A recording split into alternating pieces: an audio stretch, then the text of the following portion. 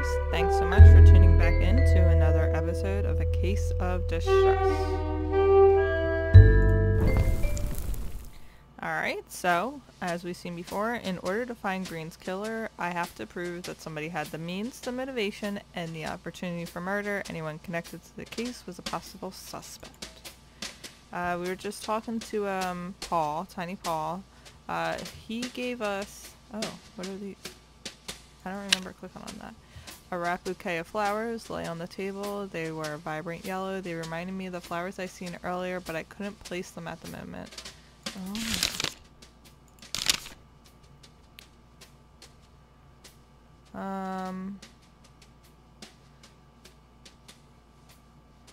Oh. Let's ask him about that.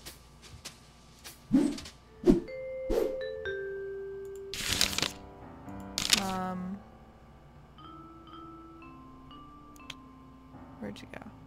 The wilting plant. Is that it? I know a girl who likes flowers like the ones on your table, I said to him, called Green, but she likes yellow flowers. How do you figure that? I don't think he liked the way it figured. He stared at me, eyes ablaze. That told me all I needed.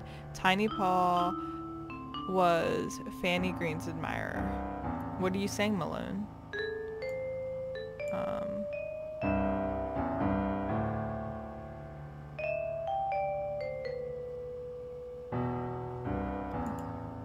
Just asking questions, I said to him. A detective has to cover all the leads. Took a heavy sigh, but in a drunken state, he didn't do much more.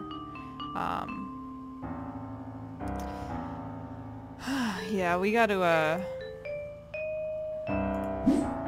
talk to Mrs. Green. I guess that's it. I can't believe I missed those flowers before.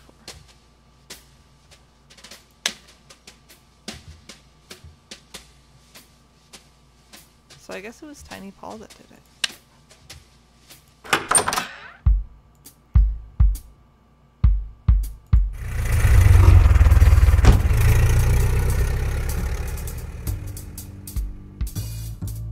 I don't want to talk.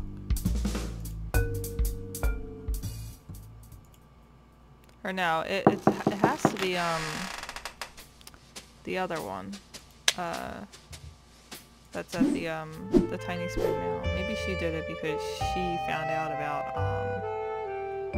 Mrs. Green and Paul.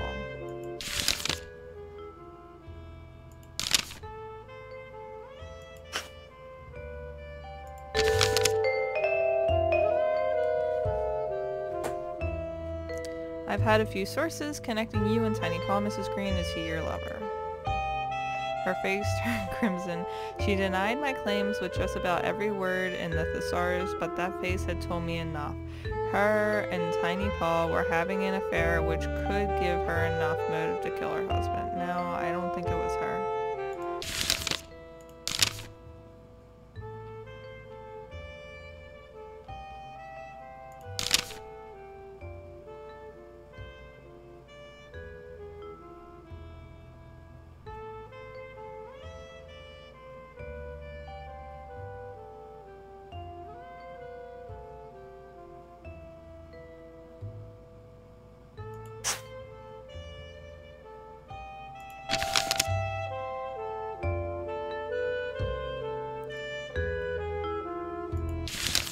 Nothing.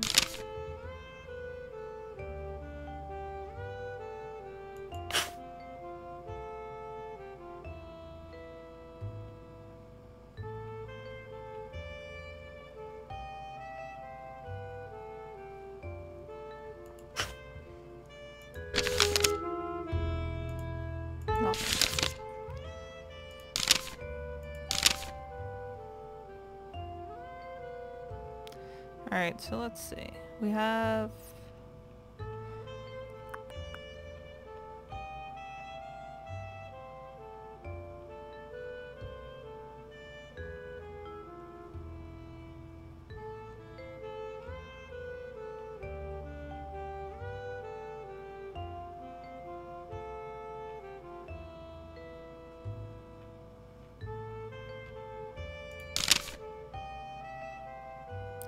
Well, we have to go talk to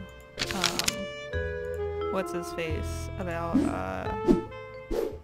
not sleeping all night.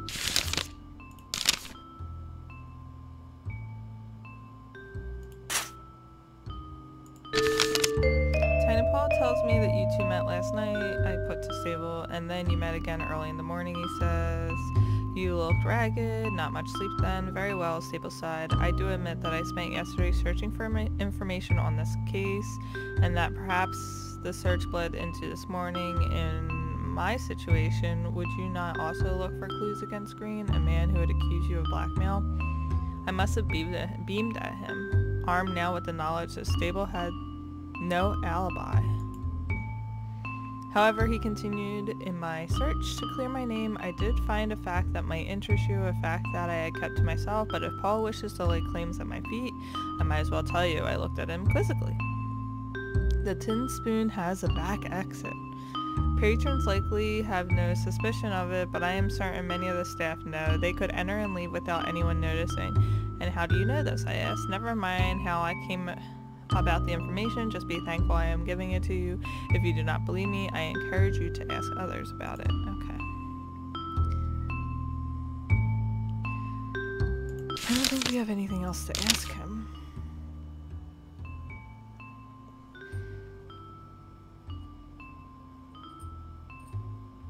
I don't think he would care about the affair.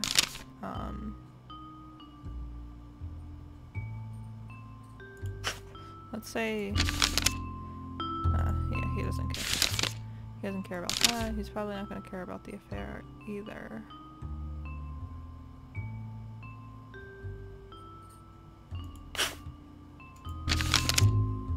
Yeah, he doesn't care. Okay.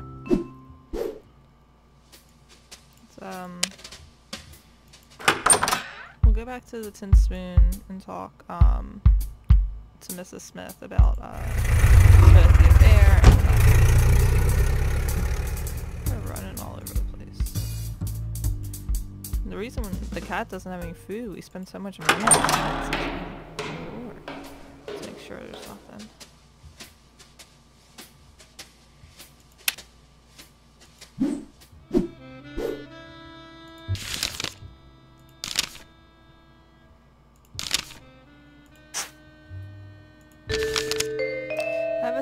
Says there's a back exit at the Tin Spoon. What do you know about this? Ella Smith nodded. Yes, we do have one. It's behind the women's changing rooms. I can't imagine any of the men know about it.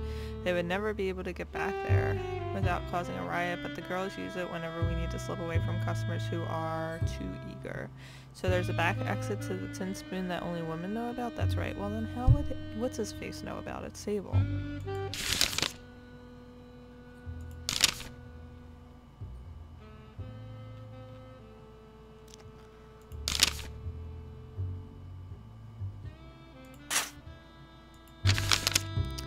I'm sorry, she said. I don't know anything about that. Really?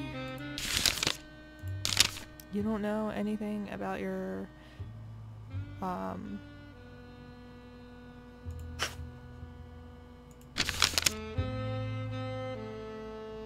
That's weird. That's weird that the one... Maybe I clicked on the wrong one. Okay. I've got a notion that Tiny Paul and Fanny Green have been having an affair. Alice Smith wits. Mrs. Smith, do you know about this? I pressed. Yes, she said in a voice that was barely audible. That's why I can't allow anyone to discover what Paul and I have been doing. If word gets back to Fanny, she'll hang me out to dry. Oh, she'll have to. Please don't let this get any farther, she concluded. Well, Fanny already knows.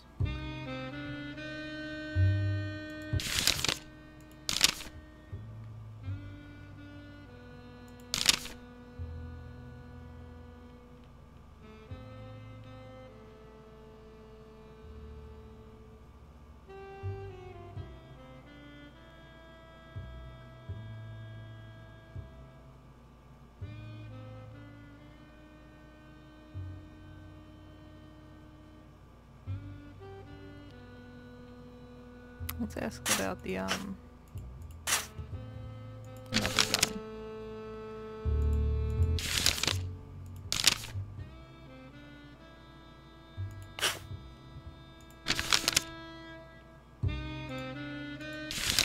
No, nothing.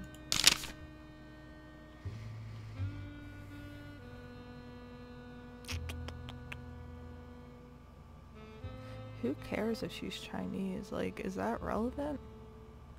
I don't know.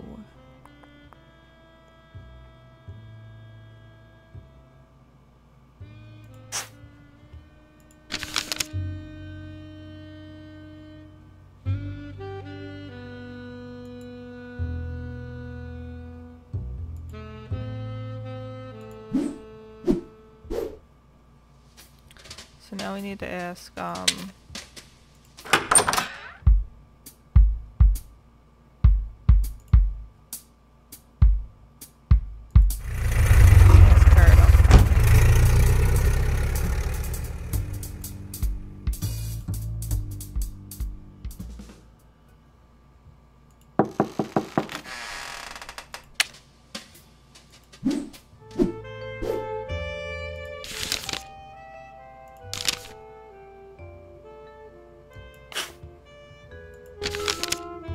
there's a back door that only the female performers can use. Is that right, Mrs. Green? Oh yeah, she said, I think you're right. I stepped out at some point during the night, Oh. Sometimes a girl needs fresh air, but I could not have been gone long. I was in the billiards room most of the night, so Mrs. Green had no alibi at the time of Connor's death.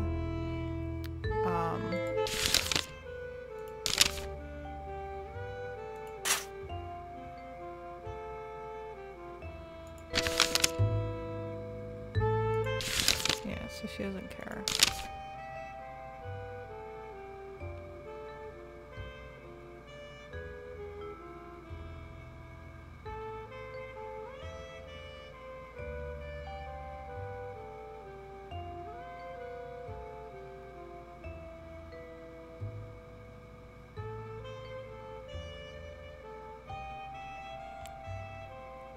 So Stable has no alibi.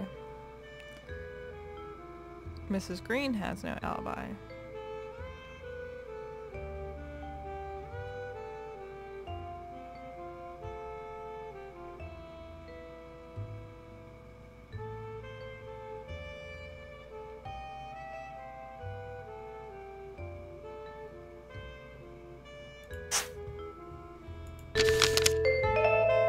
Tiny Paul's gun is missing, and he says only somebody close to him could grab it. What are you implying, Miss Mullen? She questioned. Just that anybody in the billiards room could have taken his gun, and you were close to Tiny Paul, so I'm sure he wouldn't mind if you had taken it, I concluded. She didn't like the conclusion, but it fit that she had access to the murder weapon. Okay, so she has no alibi, she has access to the murder weapon.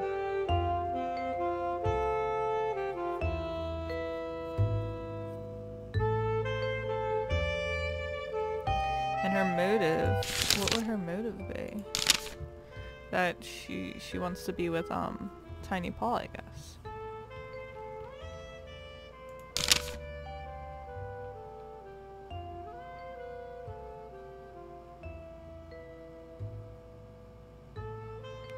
I think, is it her? Like, is that, do we just accuse her? I'm afraid to accuse her and then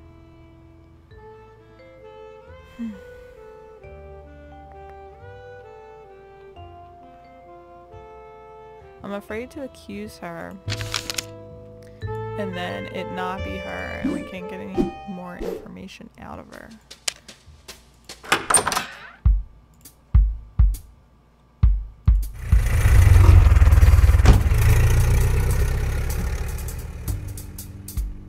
Maybe we should go talk to Frankie soon. We haven't talked to him in a hot minute.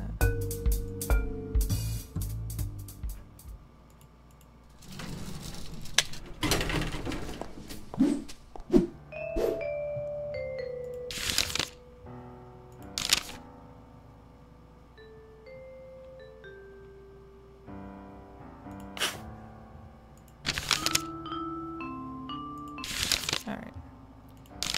Let's tell him she has no alibi. Yeah, he doesn't care about either one of these.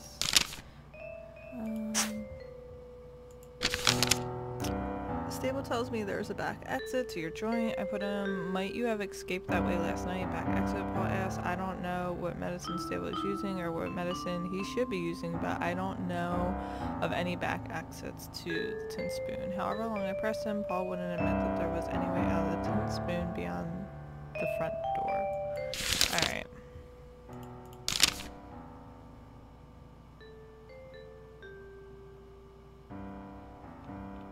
I think... Should we accuse? Let's talk to Frankie.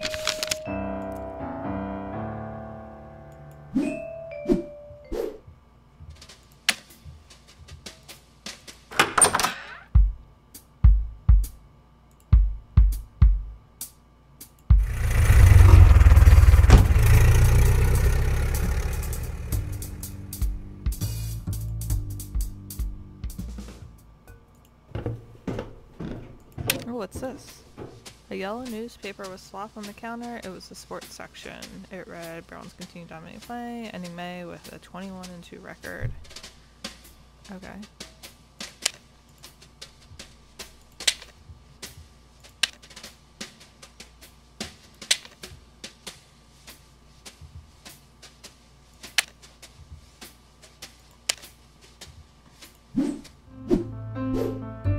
Sat down at the bar and summarized my night for Frankie, including what Shipman had told me. Frankie's eyebrows raised in shock throughout the story. He was attentive and asked many questions. He shook his head in disbelief as I finished the story. This is some case. So you think you'll go through with it? I told him I would. He sighed. I don't know, Mullen. These Egan rats are dangerous. Da da da da da.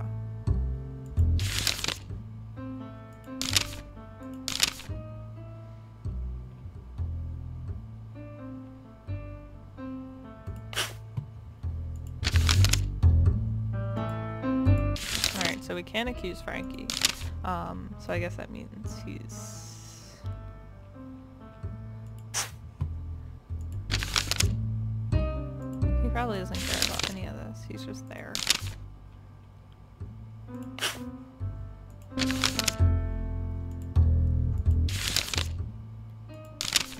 Yeah, he doesn't care at all.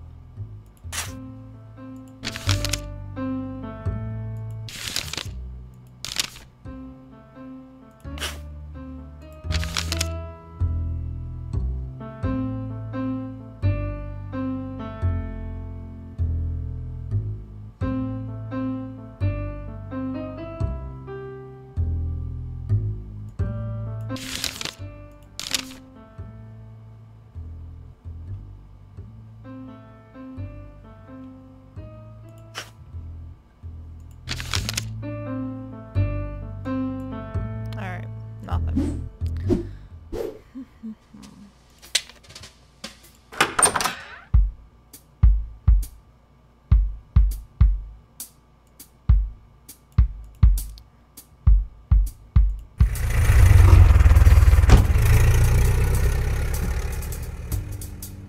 So he's a jazz player, so he should... We can ask him about the back exit too.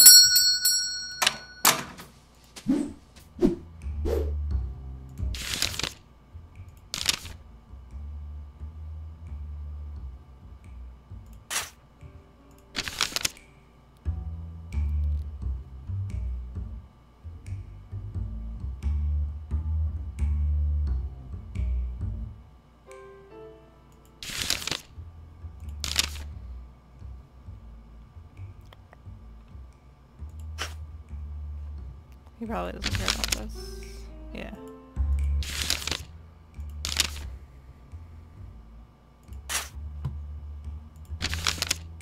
I told Carter that his hunch about Ella Smith and Tiny Paul was correct. Marvelous.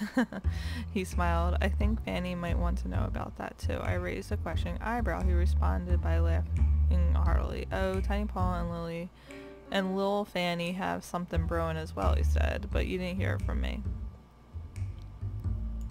Alright, well, we already knew that.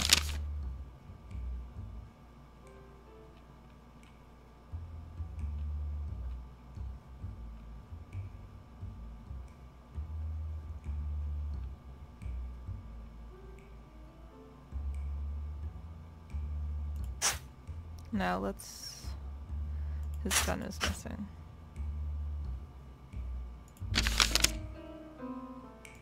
Alright, he doesn't know anything about that.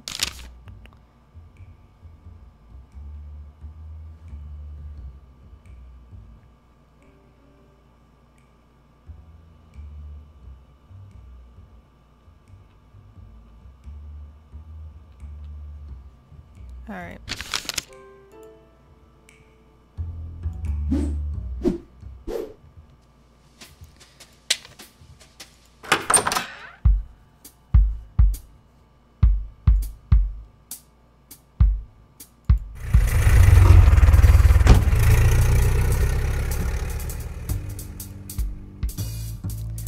So I think it is time to do some accusing.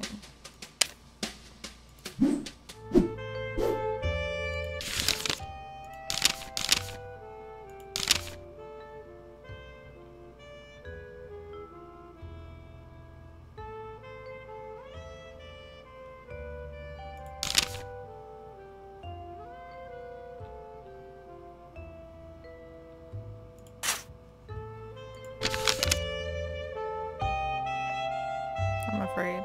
Let's accuse her. I thought of accusing Fanny Green of killing her husband. Accusing someone of murder was starting to agitate them. I knew it was not something I should do lightly. They would refuse any further casual chats. But if I was confident that she had killed Connor, including knowing the means, the motivation, and the opportunity for her to do so, then I knew I should accuse her. What are the notes?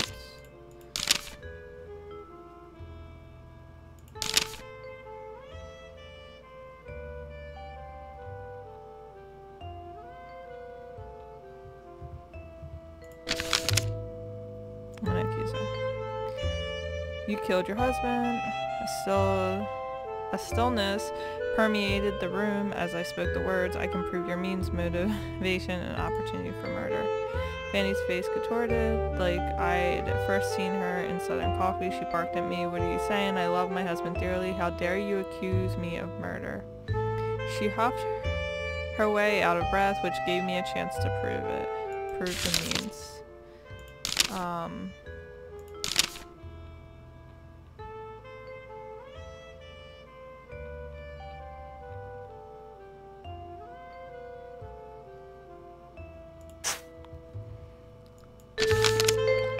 Paul's gun is missing and says only someone close to him could grab it. What are you implying, Miss Malone? She questioned with an eyebrow raised. That you were close enough to take his gun. She screamed until she was blue, but I didn't believe her denials.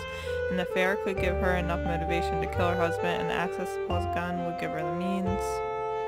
I had shown Mrs. Green that Paul's missing gun could have been the murder weapon. Considering her affair with Tiny Paul, she also would have the perfect motive to kill her husband. I just needed to prove that Mrs. Green had the opportunity.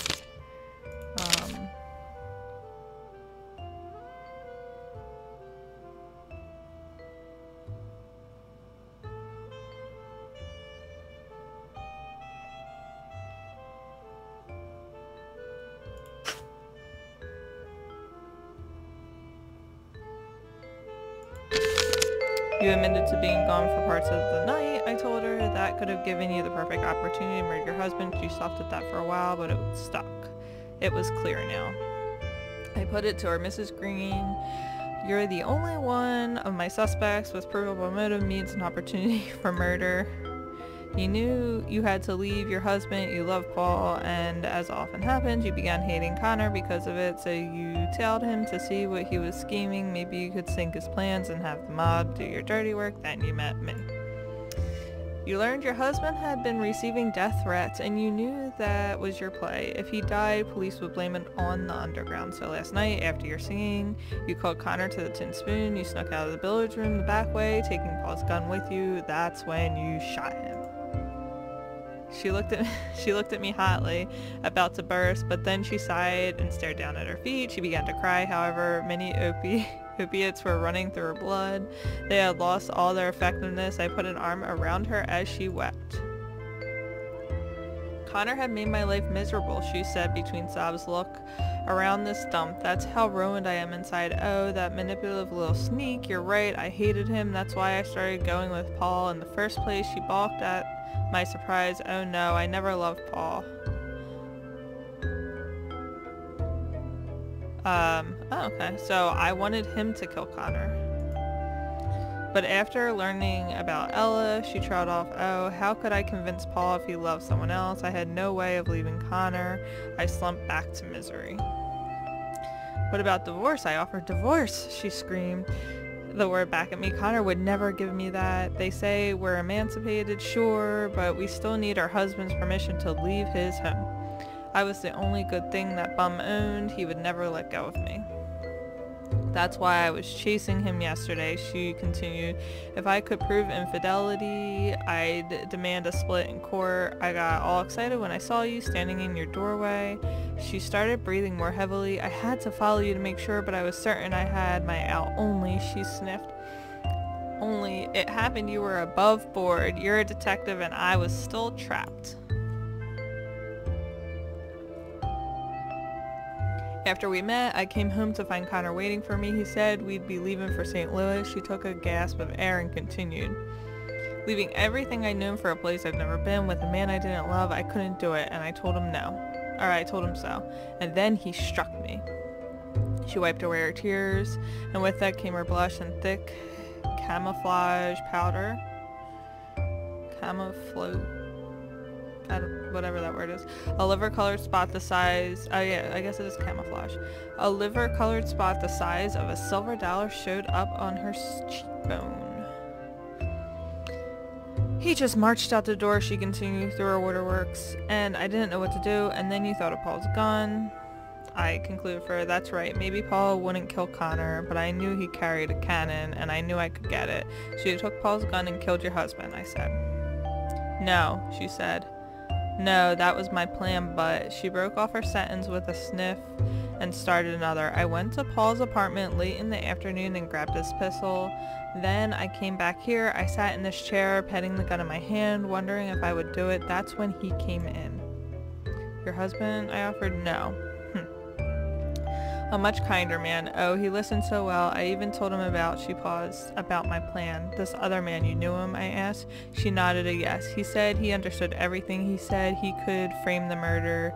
He said not to worry. He took the gun. Oh, so it's stable? Oh, she cried, but I couldn't let him go through with it. You see, that's why I left the Tin Spoon last night to stop him. That was when I met Redstone Stable. In response to my raised eyebrows, she explained, I only met him last night. I had no idea that he had anything to do with my husband until this morning. The police told me at the station that Connor had suspected Stable.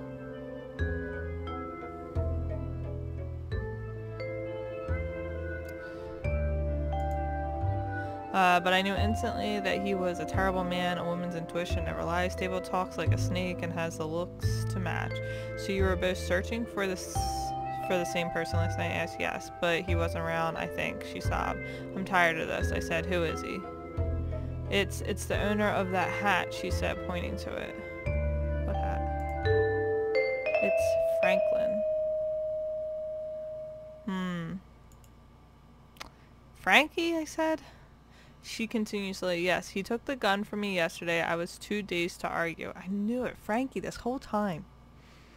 Nice story, I said, but you still fit the bill just fine. Phyllis, even if I had the gun, how could I know where to plant it? I only met Stable last night, and I knew nothing about him. Franklin had known about the case from you, isn't that right? Yeah, why would he do this, though? You're only telling this to me now, I asked. What's the big idea stringing me along, Phyllis? She said softly. Franklin did this for me. He saved me.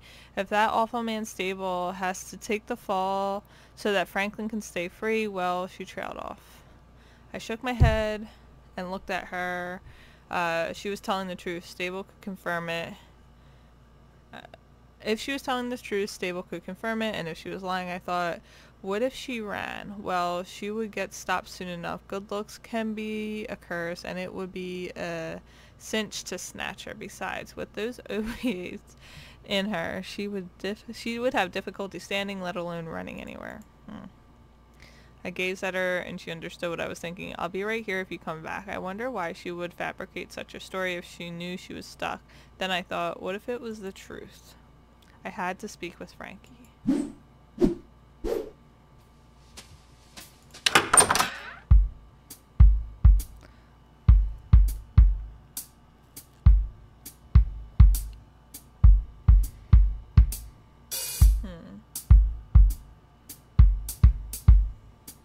Alright, let's stop here before we talk to Frankie. We'll stop this episode, and then next episode we'll pick up where we left off. We'll talk to Frankie, find out what the heck was he thinking.